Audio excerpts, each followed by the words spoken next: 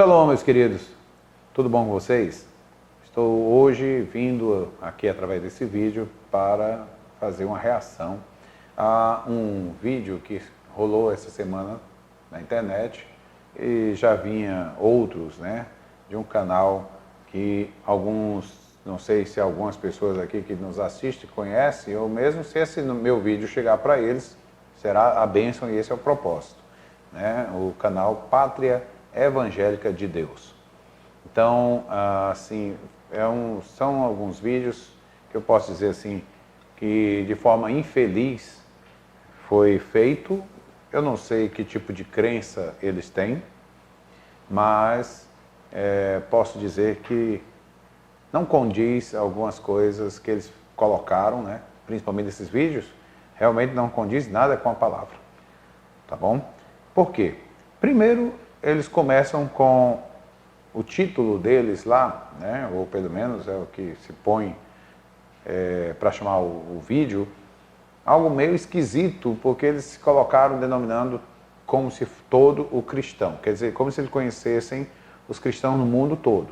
Então eles botaram assim: cristãos no mundo inteiro oram contra clamor de Israel para a vinda do Mashiach. Como é que eles falam no nome do mundo inteiro, dos cristãos do mundo inteiro? Então já aí você já pensa e vê que isso é sensacionalismo para conseguir visualizações e monetização do canal deles. Se eles fizessem isso com qualquer assunto, eu não digo nada. Mas esses vídeos fizeram para mexer e ir contra o povo de Israel. Aí vai falar e mexer conosco, vai também mexer com Deus. Por quê? Falar primeiro, dizer que são os cristãos, é muita ousadia dizer que o cristão no mundo todo. Não houve esse movimento.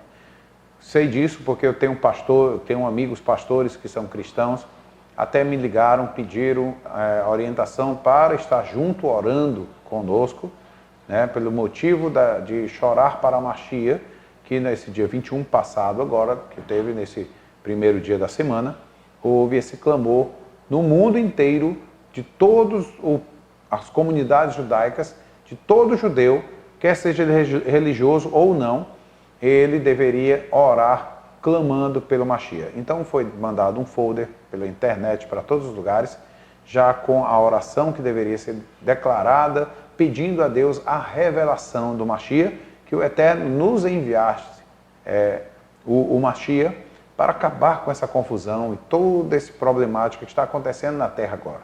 Sabemos que só o Messias pode acabar com isso, né? E trazer a paz esperada que nós temos. Lógico, gente, eu tenho que falar bem rápido quais são os motivos dos erros, o que se comete, é torto e direita dentro da internet. Crê-se que vem um homem, se colocando como Messias e que traz a paz para o mundo, uma falsa paz. Mas aonde isso está escrito? Em lugar nenhum. Nós vamos observar que tanto em Daniel capítulo 9, como em Mateus 24, Yeshua falando, e todos os outros textos, vai citar que haverão guerras até o fim. Não fala de falsa paz. Isso é uma forma de interpretação dos teólogos, tá? Que ensinam escatologia, com base em coisas lá de trás, pensamentos bem antigos, e vêm com essa história de uma falsa paz. Não tem falsa paz. Haverão guerras até o fim. É isso que está sendo dito e escrito. Pegaram de maneira errada, a interpretação errada de que o que virá em Daniel 9, né, um certo líder fará um acordo com muitos e na metade da semana fará cessar o sacrifício e a oblação. Mas olha só, fazer acordos não é para paz. Eu posso fazer acordos para uma guerra. E disse fará acordo com muito, mas não diz com Israel.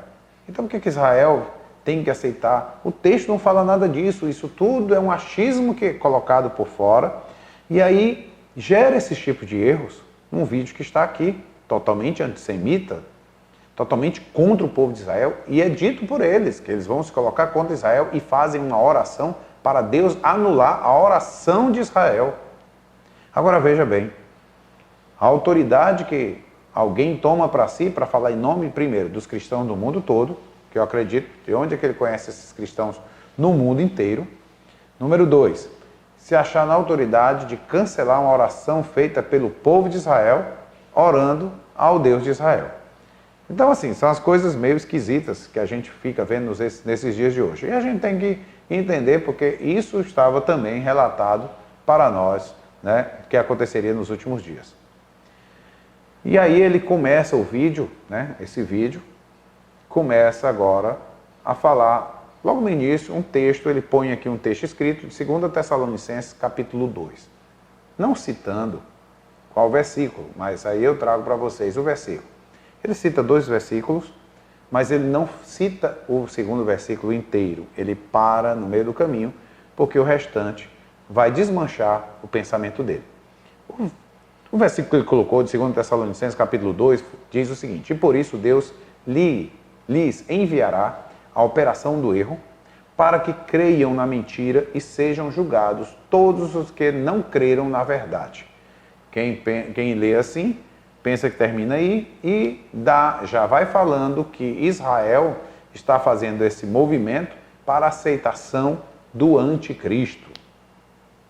Orando para que Deus envie o Mashiach e orando assim virá o anticristo. Que coisa mais louca, não é? Olha só. E por isso Deus lhes enviará, né? Estão orando. Então, por isso Deus lhes enviará a operação do erro, para que creiam na mentira e sejam julgados todos que não creram na verdade. Ficou bonita a frase? Mas vamos lá para o texto de Tessalonicenses capítulo 2. E por isso Deus lhe enviará a operação do erro, para que creiam a mentira. Para que sejam julgados todos os que não creram a verdade, vírgula, antes tiveram prazer na iniquidade. Mudou de característica, porque mudou a questão de quem é esse povo, não é verdade? Por que eu estou dizendo que mudou em relação ao povo?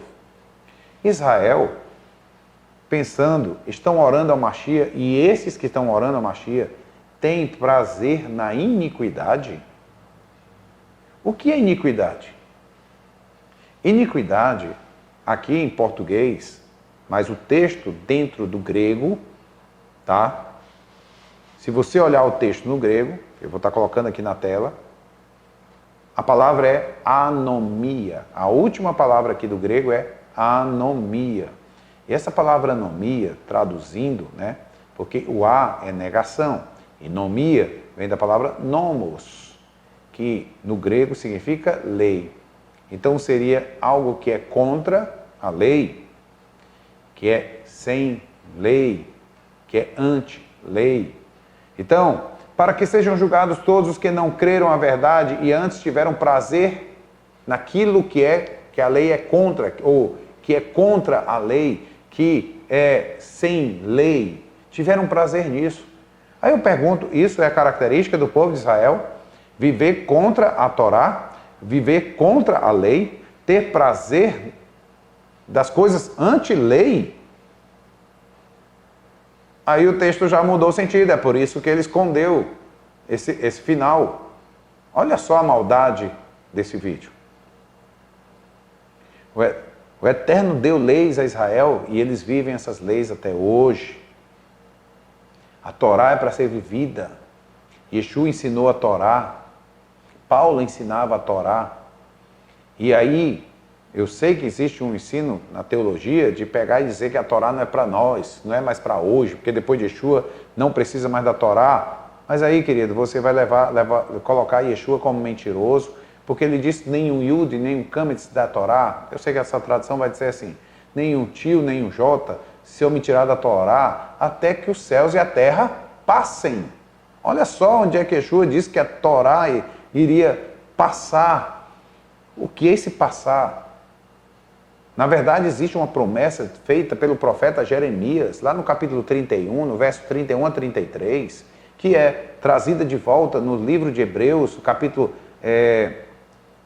8, de 8 a 10, que fala sobre a nova aliança. E a nova aliança diz que é o seguinte, e isso o judeu sabe que é a nova aliança, porque está em Jeremias prometido, que a Torá seria escrito no coração das pessoas, não mais somente nas pedras, não estaria somente no livro, mas estaria aqui dentro. Isso não quer dizer que se torna abolida a Torá escrita que se lê, mas que, na verdade, quando eu estou olhando lá no que está sendo escrito, ou que foi escrito, ela começa também a se mostrar aqui dentro de mim, no dia a dia, não somente quando eu estou com o rolo lendo, mas também quando eu estou no meu trabalho, quando eu estou fazendo compras. Eu não vou assassinar, eu não vou adulterar, porque isso agora faz parte de mim, não está extra ou externo a mim, tá certo? Ele está em mim. Isso não anula eu ler aqui.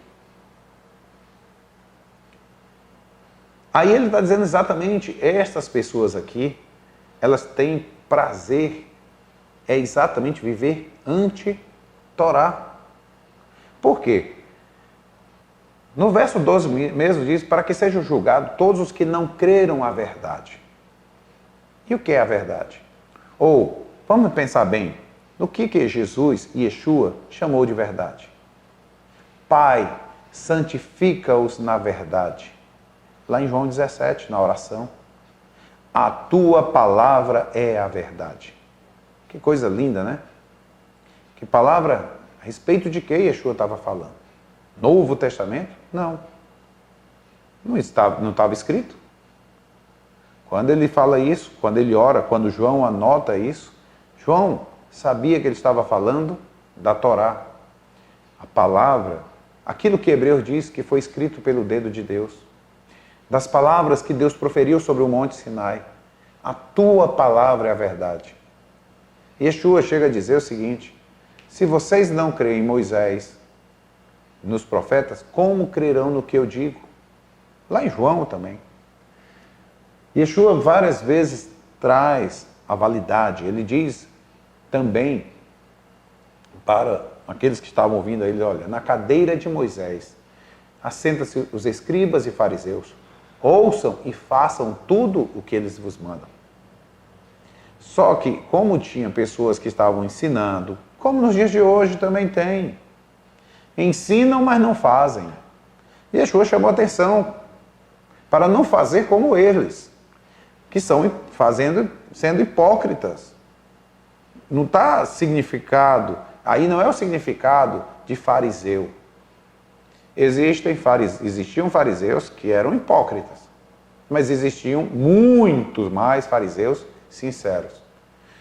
Existem pastores hipócritas que ensinam, mas não fazem, e vivem de maneira totalmente contrária. Mas eu não posso dizer que pastor é sinônimo de hipócrita. É assim que a gente tem que entender. Então vamos lá. Ele entrou com esse texto de Tessalonicenses. Já mostrei para vocês que ele omitiu verdades. Ok? Vamos mais à frente. Ele traz o cartaz para mostrar o que é, que ele está indo contra. E aí traz como alerta, né? É hoje. Aí chega aqui. Israel, olha só a frase. Israel estará clamando para que o Mashiach seja revelado. Verdade? Aqui está dizendo que Israel está clamando para que o anticristo seja revelado? Não, o Mashiach. Coração sincero. Estão pedindo o Mashiach. E estão orando para quem? Clamando para quem? Para o Papa? Está clamando para quem? Para o presidente dos Estados Unidos? Israel está clamando para o Deus de Israel. O Deus de Abraão, Deus de Isaac, Deus de Jacob, Deus de Israel. Jacó, Israel, é o Deus de Israel. Aí quer dizer que Israel, clamando a Deus pelo Messias, Deus vai fazer uma pegadinha bem mal com Israel, né? Não, eu vou mandar um outro que vai enganar vocês tudinho.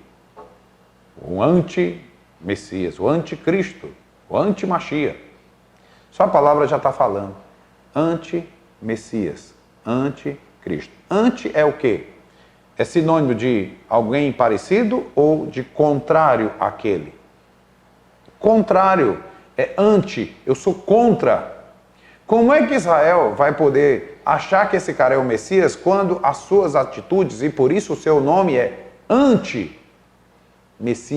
anti-Cristo, contrário a Cristo, Por isso que o próprio texto de 2 Tessalonicenses, no capítulo 2, diz que ele vai se opor tudo o que se chama Deus. Aí eu te pergunto, como é que Israel vai aceitar um cara que é contra tudo que se chama Deus, que não aceita Deus em canto nenhum, e ele mesmo se achará sendo Deus? Aí Israel aceita o cara como Messias. Isso é um ensino enganoso, querido. Não tem verdade no que está sendo dito neste vídeo. Vamos lá. Já lá mais à frente, nos 30 segundos, ele já entra com uma frase bem grande, dizendo: milhões de judeus incrédulos no mundo inteiro estarão unidos em oração. Incrédulo ora a quem, se ele é incrédulo? Milhões de judeus incrédulos. É até meio hilário, é cômico isso aqui, né?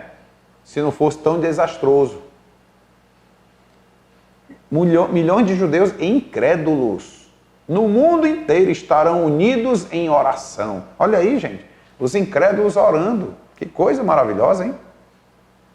Orando. Orando pelo quê mesmo? Para a revelação, aí verso no segundo aqui, 40 segundos, para a revelação do Mashiach. Como ele não tem base bíblica para falar isso, coloca só entre dois parênteses o anticristo. Israel está junto com um monte de incrédulo, que na realidade incrédulo não crê em nada, então ele está orando, pedindo a quem? A Deus, pelo anticristo. Olha aí, faz todo sentido. E aí ele entra com uma frase muito bonita. Contudo nós, né? Parece até os tradutores de Paulo, né? Contudo nós, que somos filhos da luz. Se fosse Paulo falando isso aqui, beleza, porque Paulo era um judeu. Faz todo sentido para um judeu dizer isso. Contudo nós, que somos filhos da luz, herdeiros da promessa, faz todo sentido a um judeu. Por que eu estou dizendo que faz todo sentido a um judeu? E ao não judeu, a não ser que esteja enxertado na oliveira, que é Israel, um outro que não esteja, não pode dizer isso. Tá certo? Por quê? Vou mostrar aonde. Romanos capítulo 9. É bem claro. A partir do verso 3. Porque eu mesmo poderia desejar ser anátema de Cristo, separado de Cristo, por amor de meus irmãos. Engraçado que Paulo não diz isso por amor aos gentios. Mas ele fala desse sentimento por amor de meus irmãos, que são meus parentes segundo a carne. Estes irmãos, que ele está querendo até ser separado de Cristo por amor a esses irmãos, são parentes dele segundo a carne. Ele não está dizendo que esses são judeus crentes em Yeshua, não. Mas ele diz, olha o que ele diz a respeito dessas pessoas. Eles são israelitas, dos quais é a adoção de filhos. O sujeito lá disse que nós, ele lá, é filhos da luz. Mas Paulo está dizendo aqui que os judeus, os israelitas, segundo a carne, irmãos dele, eles são, por adoção, filhos. E o gentio? É de quê? De ser gerado? Não. Israel, a ele pertence essa adoção. Quer fazer parte? Se enxerta neles. Você está entendendo o que Paulo vai falar em Romanos 11? Que já nós vamos tocar nesse assunto também? Capítulo 9, ele está dizendo, dos quais é a adoção de filhos, e a glória, e as alianças, e a lei, e o culto. Paulo está se referindo a quem? Aqueles, está dando tudo isso, aqueles que Paulo queria fazer, até separado de Cristo, por amor deles. Olha só. E estes aí detêm a adoção, a glória, as alianças, a lei. Estava lá no verso 2 dizendo que tem prazer na iniquidade. Paulo está dizendo que aqui, para eles, tem lei, não é iniquidade não, nem anomia não, é nomos. O culto e as promessas.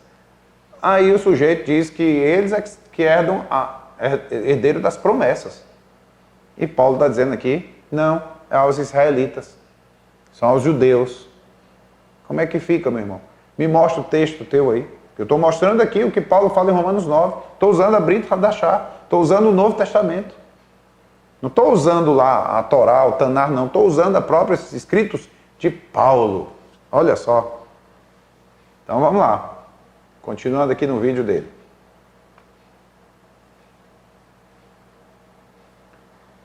No vídeo, lá em 1 minuto, agora ele bota assim: pela primeira vez na história, nos posicionamos contra Israel. Desculpa, eu nem queria dizer essa palavra, mas eu vou dizer, é mentira. Vocês fazem parte de algo que vem de longas datas, de centenas de anos, que o cristianismo trouxe posicionamento contra Israel. Daí é só pesquisar a história, o que foi a Inquisição. Na história que você estuda no colégio, diz que a igreja queimava quem? Os hereges. Queimava quem? As bruxas. Queimava quem? Os feiticeiros, né? Você já prestou atenção que a bruxa, ela tem uma característica no desenho dela de uma caricatura, a mesma que Hitler usava, ou pelo menos os nazistas usavam? O grande nariz, o queixo, chapéu na cabeça, né? Pontudo. Tinha uma musiquinha que eu aprendi quando era criança e não sabia de onde originava.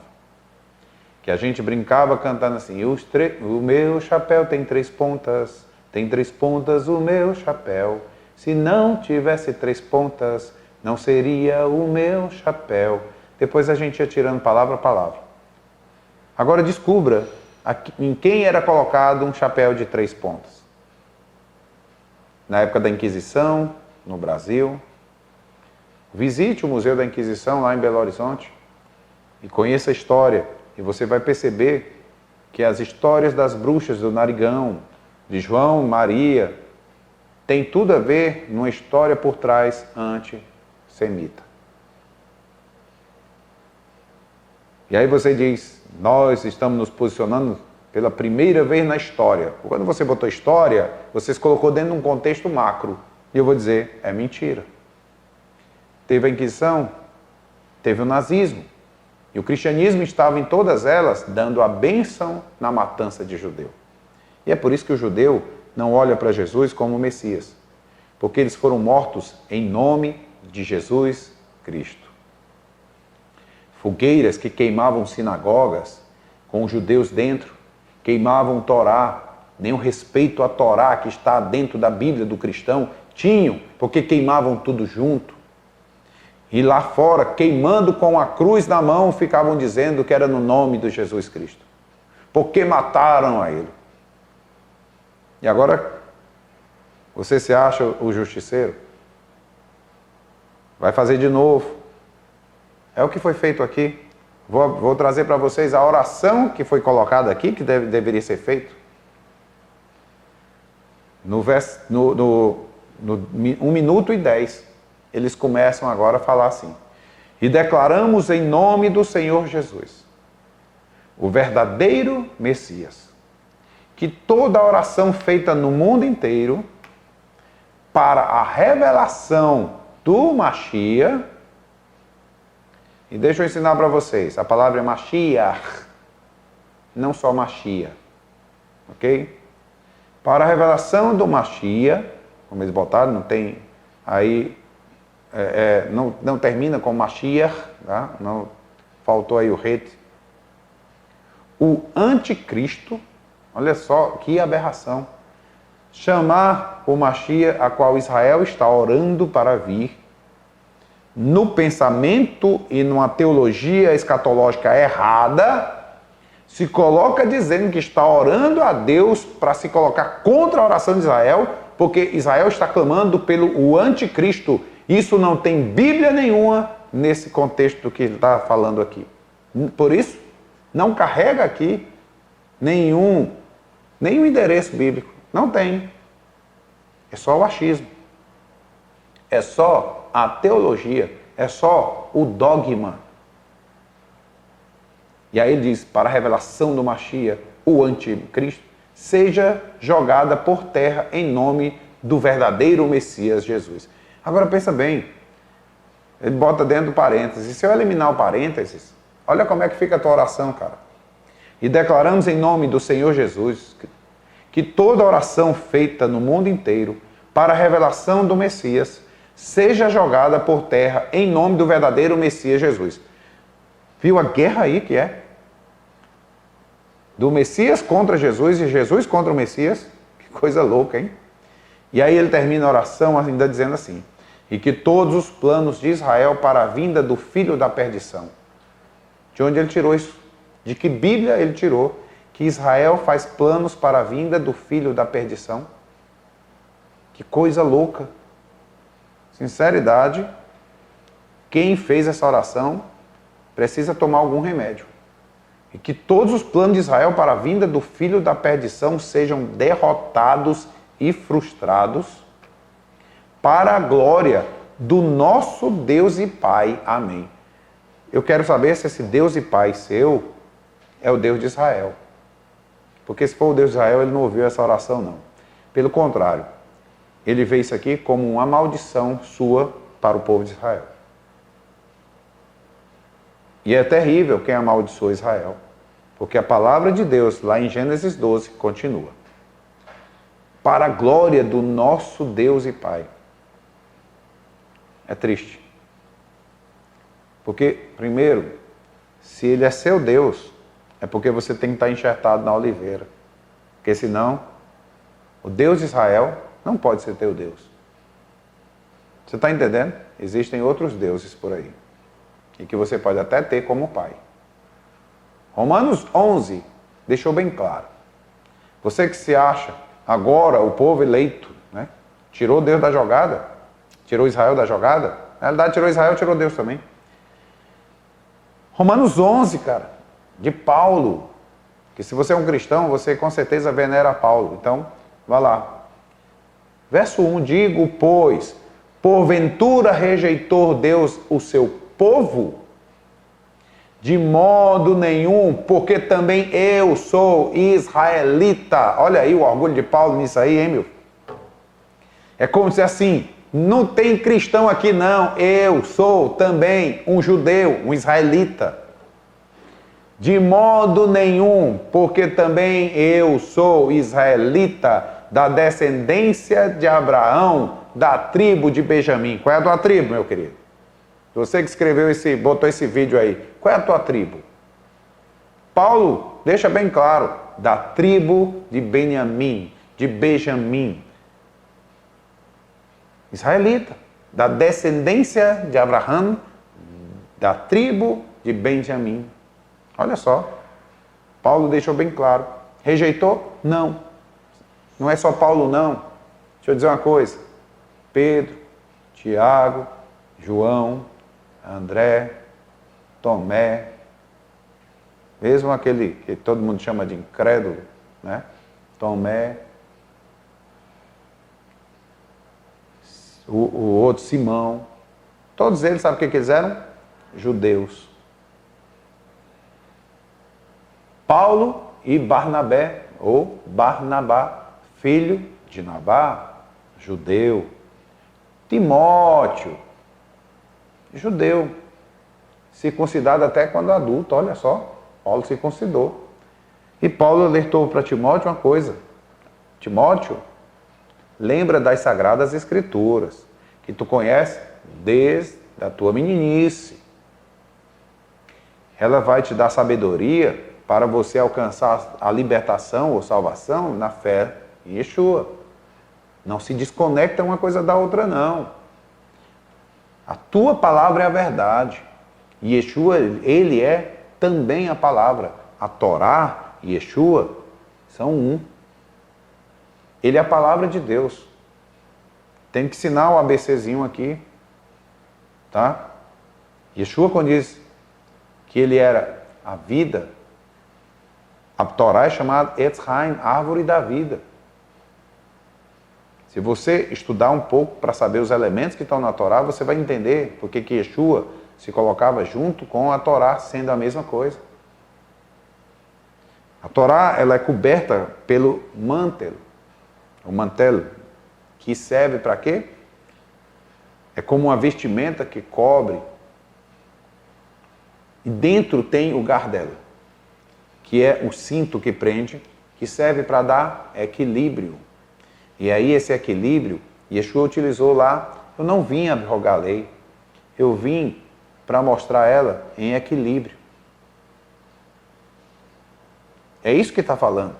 Porque quando você pega 2 rolos, se você guardar ela sem aquela faixa no meio prendendo, ele se desenrola, ele fica troncho. Então quando você aperta ele ali e bota o gardel, ela fixa e você pode segurar até só com uma mão, os rolos ficam lá e não se abrem. E dá equilíbrio. É isso que Yeshua está falando. Você pode pegar e entender todo Yeshua naquelas palavras. Por isso ele diz, eu sou o Aleph e o Tav. Desculpa, talvez você entenda em grego, eu sou o Alfa e o Ômega. Mas também o Aleph e o Tav, a primeira e a última palavra. Sabe que no hebraico existe uma partícula, né, que é et, que ela vem antes do objeto direto. Lembra que Yeshua diz, sem mim nada podeis fazer? É como se sem mim você não é nada. Então ele chega, e aquela et, ele está dando o objeto, formando o que vem depois, que é o objeto direto, que vem com o artigo. Então o et é formado Aleph Tav. Tem tradução? Não, não tem tradução para et.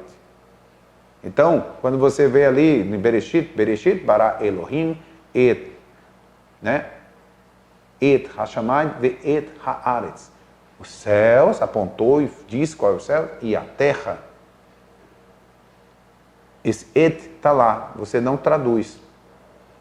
Aleph, Tav, a primeira e a última. E é aí que se vê o Mashiach na criação de todas as coisas. Por meio dele, Paulo diz isso em 1 Coríntios 8:6. Por meio dele foi que o Eterno, o Pai, criou todas as coisas. Foi por meio dele. Então, quando você pega Romanos 11, você já descobre aqui que Deus não rejeitou seu povo. E aí, no 17, a partir do verso 17, até o 21, olha só que coisa interessante. Se algum dos ramos, alguns, né? Está falando do monte, olha, alguns dos ramos foram quebrados. E tu, sendo zambujeiro ou oliveira brava, né, foste enxertado no lugar deles e feito participantes, né, participante da raiz e da seiva da oliveira. Quem é a raiz da oliveira? Você pode até dizer que tem, Yeshua é a raiz.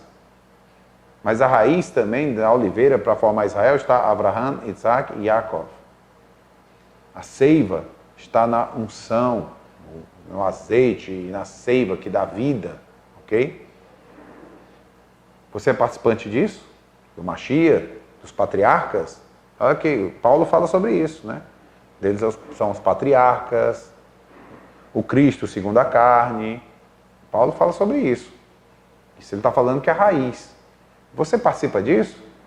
Então não te glorie contra os ramos que foram tirados, esses alguns. E se contra ele te gloriares, não és tu que sustenta a raiz, mas a raiz a ti. Dirá, pois, os ramos foram quebrados, agora eu estou no lugar, eu sou o novo Israel, né? Está bem. Pela sua incredulidade, alguns foram quebrados. E tu está em pé pela fé. Olha só o que Paulo recomenda agora. Então não te ensoberbeças, mas teme. E aí ele fecha aqui. Porque se Deus não poupou os ramos naturais, teme que não te poupe a ti também. 22. Considera, pois, a bondade e a severidade de Deus para com os que caíram. Severidade. Mas para contigo, benignidade. Se permaneceres na sua benignidade. De outra maneira, também tu será cortado. Cuidado, não te fixa nessa história do calvinismo, que uma vez para sempre, Paulo está dizendo, se, olha a condição, se permaneceres na sua benignidade. Você pode sair dela e pode ser cortado. Ok? Vamos lá. Terminando aqui o vídeo, ainda bem que não é muito longo, porque não dava para ir te aguentar.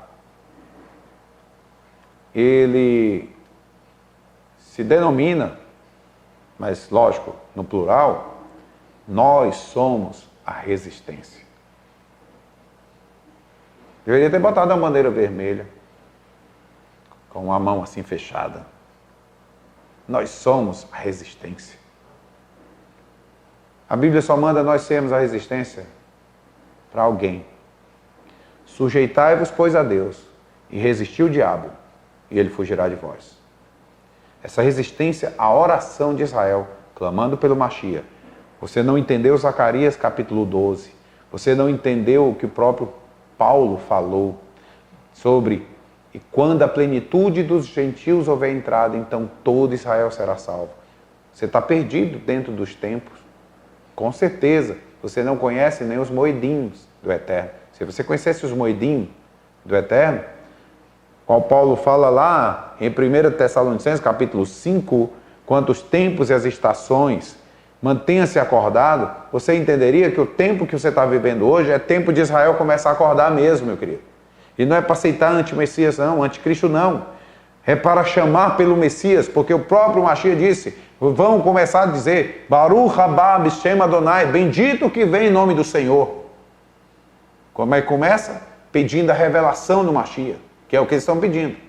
Oraram ao Eterno, pedindo a revelação do Mashiach. E tu acha que o Eterno vai fechar o olho e jogar um engano aí para eles? Israel vai testar o Mashiach. Pode saber disso. Sempre ele testará. Só que dessa vez não dá para testar. Sabe por quê? Porque o Mashiach vem de cima.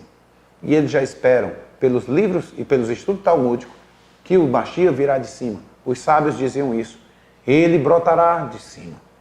E quando verem o céu se abrir e o Mashiach chegar de cima, reinando e colocando ordem e acontecendo conforme está em Zacarias, esse é um teste grande, pelo menos para eles é um maior fator, determinante de quem é o Mashiach. Você acha que o anti-Mashiach vai vir desse jeito, também descendo do céu, pisando em cima do Monte Oliveira e o Monte das Oliveiras fendendo? Você acha que isso vai acontecer? Você acha que Israel não sabe dessas profecias que está no livro de Zacarias, de como é que o Mashiach tem que chegar? Você já viu as pinturas que estão em Israel, não só do Mashiach vindo de cima, mas também trazendo o templo de cima? Você acha que o Mashiach falso, que você está dizendo que existe, porque a Bíblia não fala nisso, fala de um anti-Mashiach, mas não de um falso Mashiach. Anti não tem nada a ver com falso, não é pseudo-Mashiach, é anti-Mashiach. Você acha que ele virá de cima trazendo um templo, pisando seus pés no Monte das Oliveiras, fendendo o Monte das Oliveiras e livrando Israel de uma guerra? Você acha que vai ser assim? Você acha que Israel não sabe disso? Os cristãos são conhecedores dessa palavra? A maioria dos cristãos não conhecem os profetas. Muitos nem se atrevem a ensinar escatologia. Então, quem é que está esperando quem? Quem pode ser quem vai ser enganado? Quem mesmo? Ver um vídeo desse traz tristeza. E eu estou fazendo essa reação para que eu traga, como eu trouxe vários textos que o vídeo não tem. Texto nenhum, a não ser um fora, e mesmo assim cortado o final do versículo, é o único que ele colocou no início. Trago para que você que está me ouvindo possa não cair no engano, porque nos últimos dias iriam aparecer muitos falsos mestres. Está com medo do anti-Mashiach? Não.